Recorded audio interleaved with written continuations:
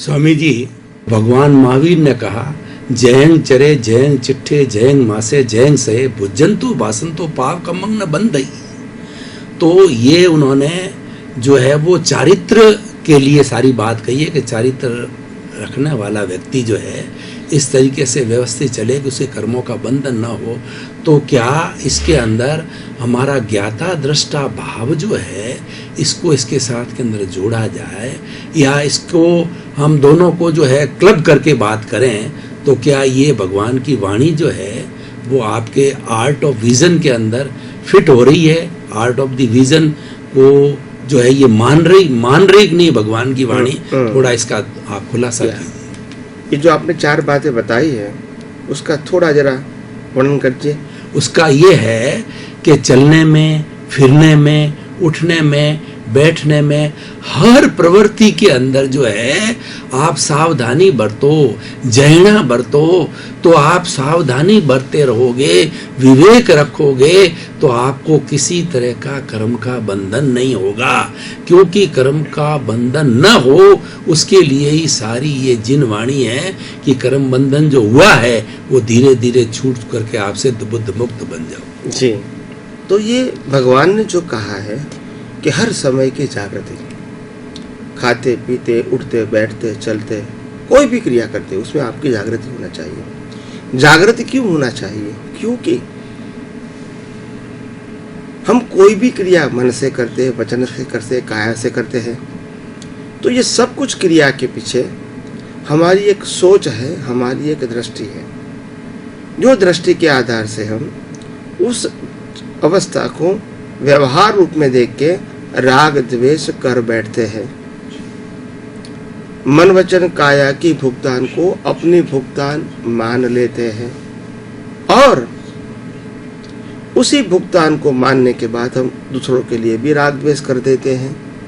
तो भगवान ने कहा हर चीज के अंदर, हर क्रिया के पीछे, मन वचन काया की क्रिया के पीछे आपकी जागृति होनी चाहिए। क्या होनी चाहिए?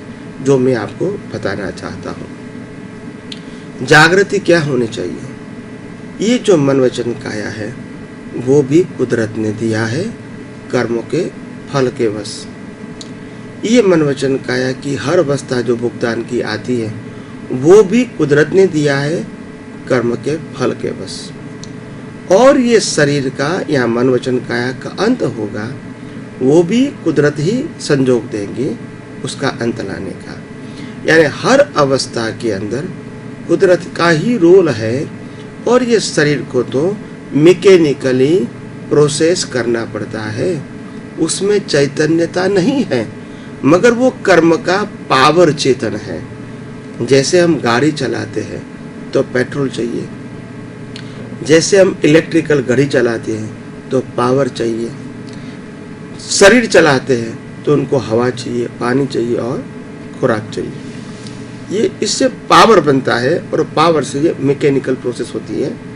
और मैकेनिकल प्रोसेस चलाने के लिए कौन सा पावर चाहिए जिसके आधार से बाहर का संयोग मिलता है? तो उसके लिए कर्मों का पावर चाहिए। यानी मन के लेवल का कर्म, वाणी के लेवल का कर्म और क्रिया के लेवल का, तीनों प्रकार के जो कर्म है वो पिछले अवतार में आप चार्ज करके आए हो। ये तीनों बैटरी इस अवतार में डिस्चार्ज हो रही है। तो भगवान ये कहना चाहता है चार्ज होने वाली चीज डिस्चार्ज हो रही है और डिस्चार्ज कुदरती रचना से होता है, उसमें आपकी स्वतंत्रता नहीं है। तो स्वतंत्रता नहीं है मतलब आप जिम्मेदार भी नहीं है।